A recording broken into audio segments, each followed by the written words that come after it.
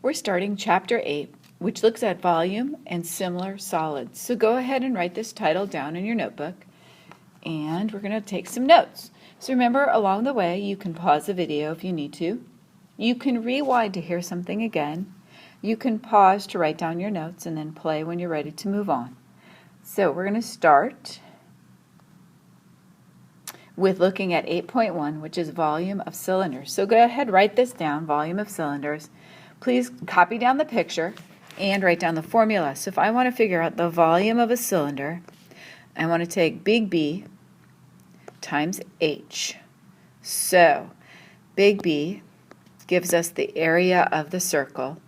So if we look at the cylinder, we want to get the area of the circle, which is the base, and then we want to multiply that times the height so that we actually add up all of these bases as we go down the cylinder to find the volume of our cylinder. So the area of our circle is pi r squared. R is radius. Now, if they give you the diameter of the base, so if here's my circle, if I have the diameter, that's from one side of a circle to the other, to get radius, I just want half of the diameter. So 1/2 of the diameter would be equal to my radius. So now we're going to try some problems. So this is our first example, example 1, find the volume of this cylinder. So what I would recommend is pausing the video right now, writing everything down, drawing the picture, and then as I go through it, you can find out where all these numbers come from. So the first thing I always do is I write down my formula. So volume of a cylinder equals big B base times height. And I write down what B is. B is pi r squared. So let's look over at our drawing over here. So I know here's my radius. So this is R. And here's my height. So I can plug those numbers in.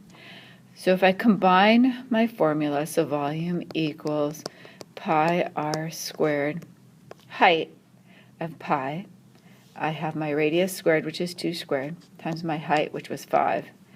So 2 squared is 4. 4 times 5 is 20. 20 times pi. So we're just going to use 3.14 for pi times 20. So my volume of my cylinder when I do the math, and yes, you can use calculators. So we're going to use a calculator, and we get 62.8 centimeters cubed because remember, volume was our radius squared times our height. So that's centimeters, centimeters, centimeters, centimeters cubed. So a reminder, calculators are okay. So right now we're going to be able to use calculators for this chapter. We have another example. So we're going to find the height of this cylinder. So draw the picture, write down the example, and then I'm going to take you step by step through what to do. So the first thing I always do is write down my formula. Volume equals base times height, but remember we're using a big B because we want actually the area of our circle. So big B equals pi r squared. So let's look over at our picture. I see diameter is 4, so as we said in a previous slide, radius is half of the diameter, so that should be 2. So radius equals 1/2 our diameter. So our radius is 2. Okay, so we know the volume equals 88. We can see that on our drawing. We know the formula is pi r squared h, but we don't know what h is. So let's plug in those numbers. 88 equals 2 squared was 4 times pi gives me 12.56 times h. So now we need to remember how to do this, solving an equation. I want to get h all by itself. Therefore, I'm going to divide each side by 12.56. So if I divide each side by 12.56, I get h equals 7 meters. Okay? So if you need to, rewind the video to see where all the numbers have come from. So just a quick reminder, down here's our diameter, and as we said, radius is 1/2 of the diameter. And then here's my formula, volume equals pi r squared h. My volume was given. Pi is pi. My radius was 1/2 of my diameter, so radius was 2. That's where that came from. We're trying to find h. So if I multiply this all out, I have 3.14 times 4 with my h hanging off the end. So that gives me 12.56. So to get rid of that, I'm going to divide both sides by 12.56. So my height is 7. Okay, so here's one to do on your own. So we're going to find the volume of this cylinder. So use the same process. So go ahead and write down the formulas that you need. Sorry, the screen changed. Write down the formulas that you need. Plug in those numbers and solve for your answer. I don't expect that you can do these perfectly, but I expect that you try. And remember, if you need another example, my examples are different from the ones in the book so that you have different examples to see.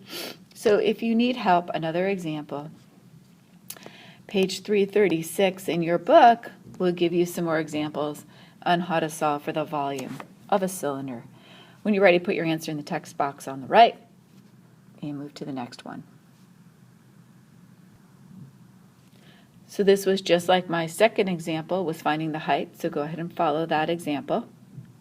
You can also, again, look in your book on page 336, and it gives you another example on how to solve that problem. When you're ready, put your answer in the text box on the right.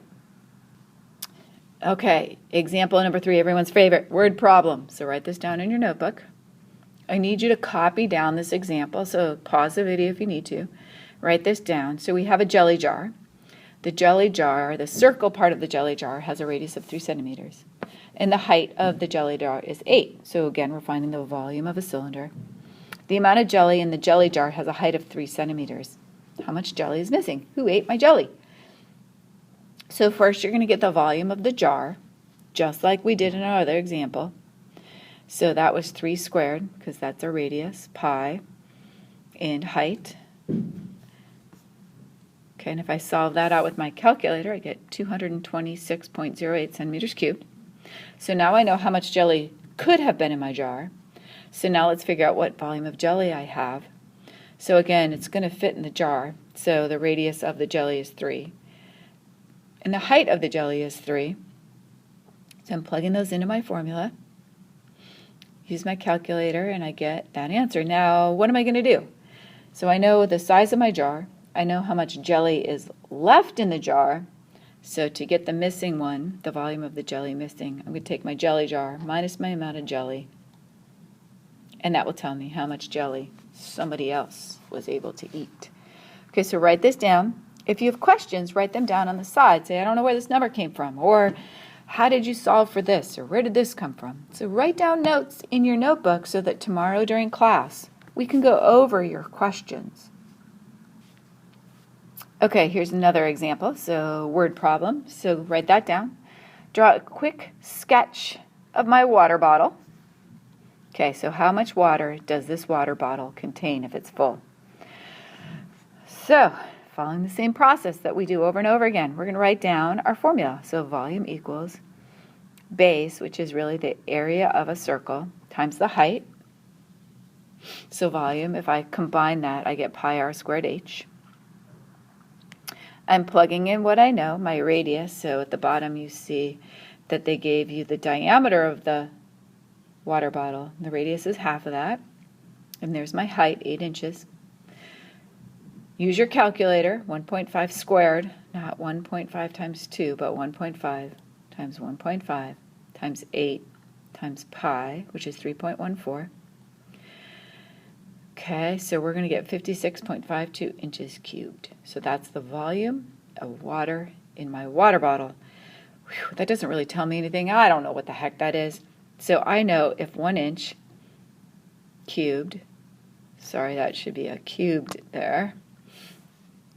If 1 inch cubed is 0.004329 gallons, I can multiply my volume that I calculated times what 1 would be. So I have 0.24 gallons. So almost a fourth of a gallon of water that I'm drinking in that nice big Camelback water bottle. So again, if you have questions, circle the numbers, circle something, write yourself a note so that you can ask tomorrow during class. Okay, so now as always, you have some on your own, so you need to copy down the entire question. Similar kind of question that I did with jelly, now you're doing with salsa. You have a jar of salsa with a height of 5 centimeters and a lid radius of 5 centimeters. There is 4 centimeters salsa left in the jar. How much was eaten? So follow the same process that we just did in the jelly example. And again, if you need another reference, if you look at page 337 in your textbook, and if you look at example 3, they'll give you another one to show you how to do that. Once you have an answer, please write that in the text box on the right. Okay, now you're going to find the volume of water in a water tower, not just a little water bottle. So here's a huge water tower. We have them a lot in Wisconsin. So please find me the volume of water in my water tower. So when I see your notebook, I should see the formula, I should see the calculation, and then you should see a text box on the right. So go ahead and plug your number in over there. And I know when you try to write meters cubed, that's not going to work. So just go ahead and write your number and we'll go from there. Okay, now you're going to answer some questions. So how can you find the volume of a cylinder? So go ahead and tell me the formula that you're going to use.